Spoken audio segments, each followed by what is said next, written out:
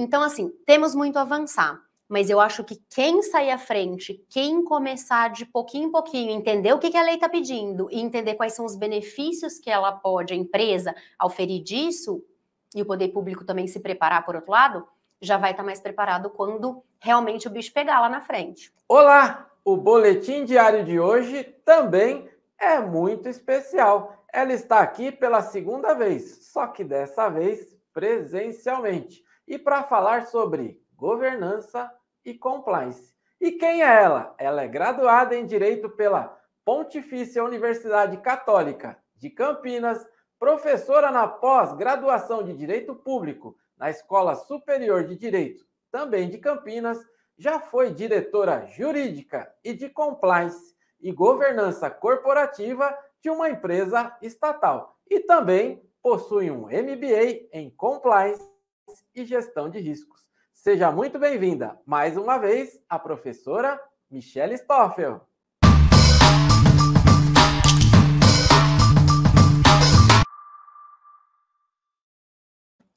Olá, Ricardo, tudo bem? Muito obrigada pelo convite, tá presencialmente aqui nesse estúdio tão lindo, maravilhoso, ó, vim até combinando com o estúdio aí, tô adorando, super obrigada, espero que a gente tenha aí uma boa troca.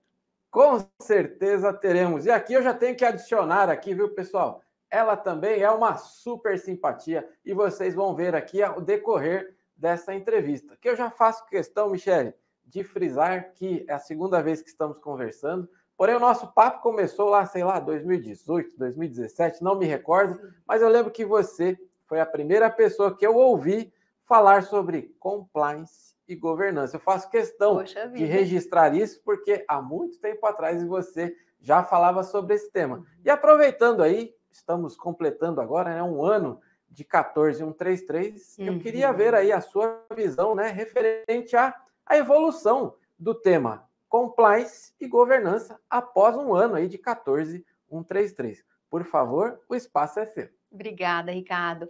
Nossa, quanto tempo, hein? Esses dias eu estava vendo o calendário e falei, nossa, essa lei já vai fazer um ano. E o que a gente... Parece que foi ontem, né?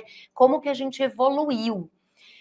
Eu acho que a gente evoluiu ainda muito pouco em relação à implementação das questões de compliance, de governança corporativa que tem na lei, que são super interessantes, são em alguma medida um pouco arrojadas, porque eu acho assim, a gente vinha de um cenário em que a gente não tinha muitas legislações sobre compliance e governança, especialmente nas relações entre o público e o privado.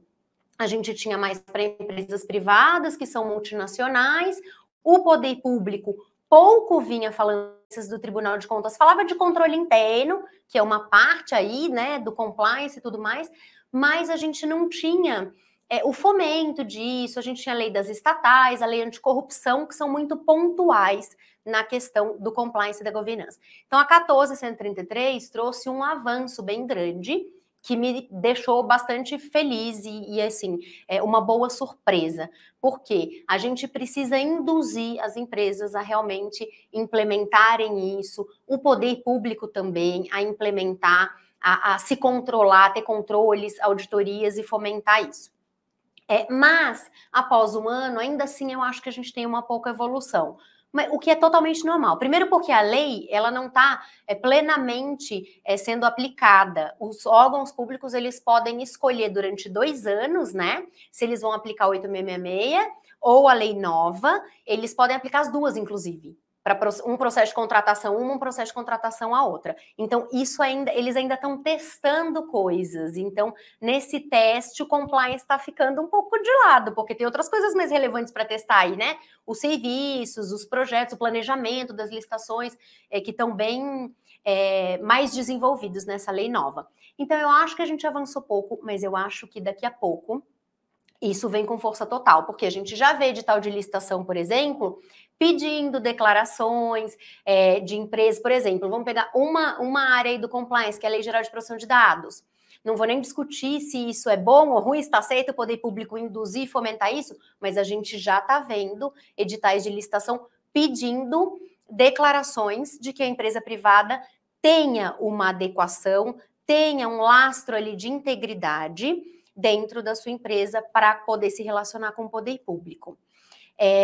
Eu acho que vai evoluir muito mais, especialmente quando a lei realmente entrar em vigor totalmente, né? Então vamos esperar 29 de janeiro, março de 2023, que é quando é o último dia que a gente pode aplicar a lei 8.666. Dali para frente, aí regras novas, jogo novo. Acho que a gente vai começar a ver bem mais isso, mas as empresas que estiverem bem preparadas, hoje já, e a gente vê, eu já tenho clientes no escritório nessa área que só participa de licitação, que estão falando, Michele, estou precisando disso, já estou vendo edital, já estou vendo uma movimentação.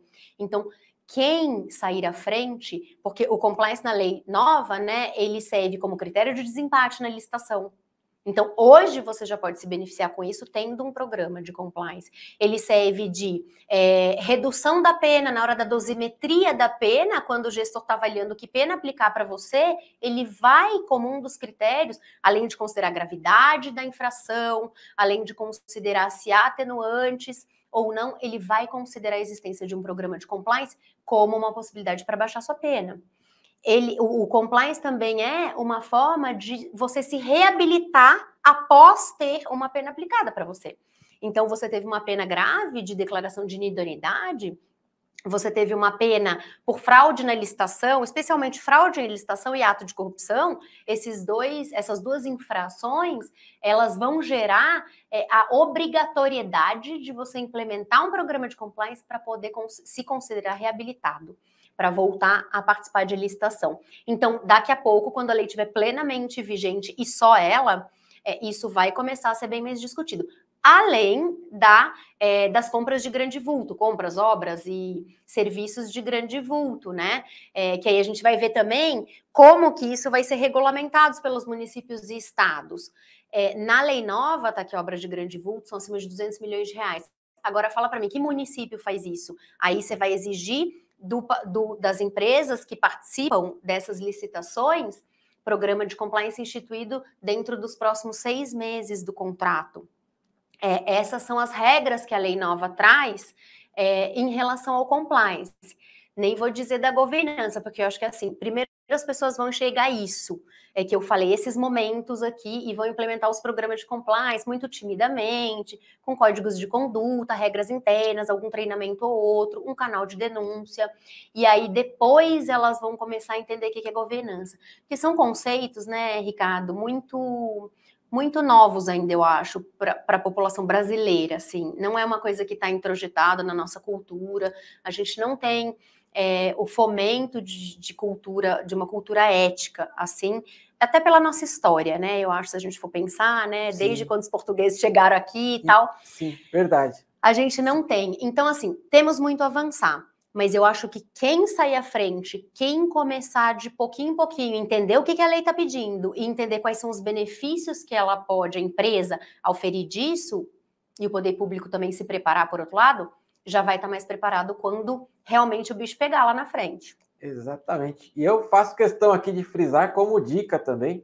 se você que está aqui nos acompanhando, seja gestor público, seja você licitante, se você tem dúvidas do quanto a professora Michele respira o tema governança, o tema compliance, não deixe de seguir, aqui está aparecendo aí embaixo, todas as redes sociais, e aí vocês já começam a entender o quanto ela respira essa temática aí. Professor, eu quero aproveitar, o tempo não está nos ajudando, né? Mas eu gostaria muito que você frisasse aqui, porque você comentou, e pode ser que passou desapercebido, principalmente para o nosso público de licitantes aqui, referente a algumas declarações, né? Chamar atenção até aqui, essas declarações nos editais, que tem muita gente assinando, levando para o chefe assinar, o chefe está assinando e não faz ideia do que está fazendo ali. Então, que você pudesse talvez frisar aqui para nós, né? Chamar a atenção do nosso público sobre isso. Por favor, professor. Com certeza, mencionei até um caso, né, de um edital que eu vi,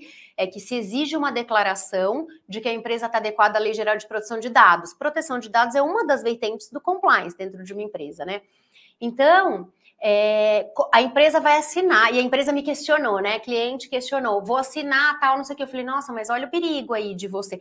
Porque assim, Ricardo, enquanto o contrato está sendo executado de uma forma ok, ordinária, regular, tudo tá tranquilo. A declaração vai estar lá quietinha, prontinha, com o gestor público, ninguém vai fiscalizar, ninguém vai ver, porque não tem gente suficiente para fazer isso, então vai estar tudo ok. Se a empresa passar por alguma situação durante a gestão desse contrato em que ela precise argumentar alguma coisa com o poder público, discutir, pleitear, sabe? Aí as coisas já vão começando, a relação estressa, né? E aí, gente, todas essas coisas vêm à tona. Certidões negativas estão em dia? Essa declaração é válida, é verdadeira, né? Então, eu alerto, né, os meus clientes.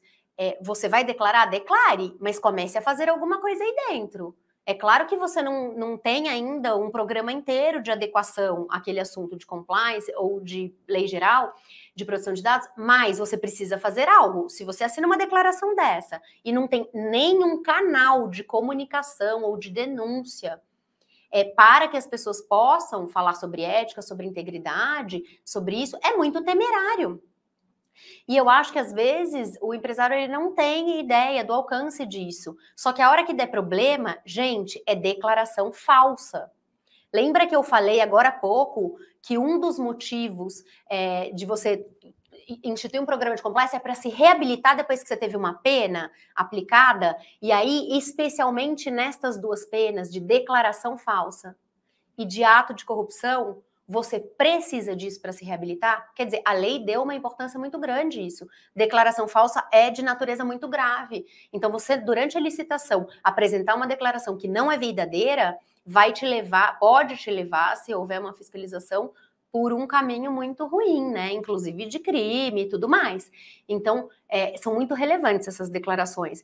Então, a sociedade, as empresas precisam começar a prestar atenção nisso e começar a implementar. Todo mundo reclama que é custo, é muito investimento, é muito dinheiro, tal. Começa aos poucos. Ninguém começa, o programa está aqui pronto para você. Não. Começa implantando um canal de denúncia, começa criando um código de conduta, começa sensibilizando os seus funcionários para o tema. Traz alguém para falar de alguma coisa, de ética, de assédio, de igualdade entre homens e mulheres. Esse é outro critério, é uma vertente do compliance e está como outro critério de desempate na lei nova de licitações. Então, você está empatado contra o licitante, eles vão averiguar. Se você já teve um contrato anterior, o que aconteceu? Primeiro, eles vão pedir para vocês disputarem preço. Esse é o primeiro critério de desempate. Depois, como foi o seu contrato anterior? Foi liso, foi probo, aconteceu tudo ok, você entregou. Depois, equidade entre homens e mulheres no ambiente de trabalho. Então, esses assuntos já têm que começar a ser discutidos no âmbito das empresas que participam, que têm como negócio as licitações. Perfeito. Eu não esperava menos do que uma aula aqui da professora Michele Stoffel. O tempo não nos ajuda e eu quero deixar você que nos acompanha aqui, já como dica também, frisar aqui, está aparecendo aí as redes sociais. Não deixe de entrar em contato com o escritório da professora Michele. Elas respiram, estou falando aqui no plural, né? Elas respiram o tema compliance, governança. Agende uma reunião, converse mais sobre isso. Você, empresário, muita atenção a este tema, né? Você, gestor público, você precisa conhecer muito sobre esta temática, então não deixe de entrar em contato com a professora. E já deixo o convite aqui, né? Pois amanhã iremos falar aí sobre políticas públicas, aproveitando aqui a agenda da professora. Michele, já agradeço por este primeiro vídeo. Fica aqui o convite para você e para todos que nos acompanham, que amanhã vamos falar aí sobre a visão, né? A Michele já foi gestora por muitos anos sobre políticas públicas, então não deixe de nos acompanhar. Muito obrigada e até amanhã. Muito obrigada, Ricardo. Foi um prazer estar aqui.